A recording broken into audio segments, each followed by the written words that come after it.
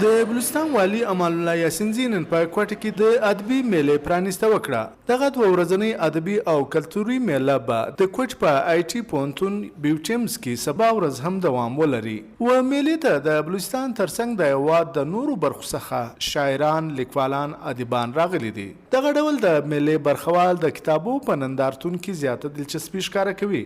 و ادبي میلې ته د بلوچستان ځوانان بیا په خاصه توګه زده کوونکو تود هرکلی کړی دی.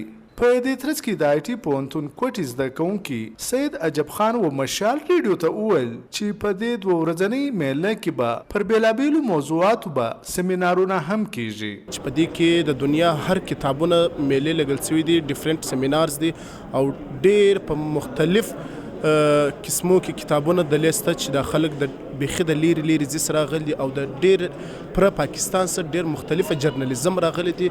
دوی نن خپل د فن مظاهره کوي او مختلفه کتابونه پراته دي کوم چې د بهر څخه خلک راغلي هغوی د دا کتابو میلې دپاره راغلي دي. سپیشلی د یو بل زده کوونکي انوار الحق وینا وه چې په دې میله کې کتابتون د دوی لپاره د زیاتې دلچسپۍ وړ دی. د بک فیر مطلب مقصد دغه دی چې موږ کتاب وایو، کتاب وګورو، په کتاب کې لیکلي څه دي، ځکه چې کتاب یو د انسان بهترینه ساتي دی او زموږ چې کم خلک دی هغه موږ په دغه هم ډېر پاتې او ډېر شاته یو چې موږ له کتابه ځا ډېر لرې یو.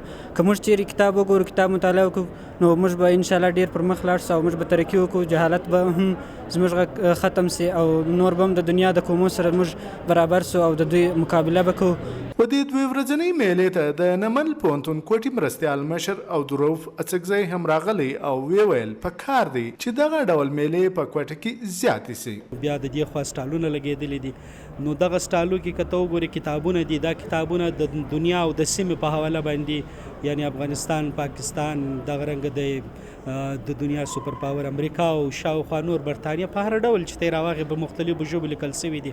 د کتاب ارزښت څه خو سړی سترګې نسي پټولی. کتاب یو داسې دوست دی، یو داسې رڼا ده که یې سړی خپله کړي او چیرې به هم تیاره وي دی به لار موندلی سي. د میلې د پرانیست پر مهال د آی ټي پوهنتون بیوټیمز وایس پرنسپل فاروق بازي وویل چې د ادبي میلې او د کتابو د تاریخي نندارتون موخه ځوان نسل د ټولنیز ثقافت او کلتور څخه خبرول دی، ځکه چې د نن ځوان به سبا ورځ د تعلیم او هنر د لارې ټولنه د ترقي او خوشحالۍ په لور بیایي.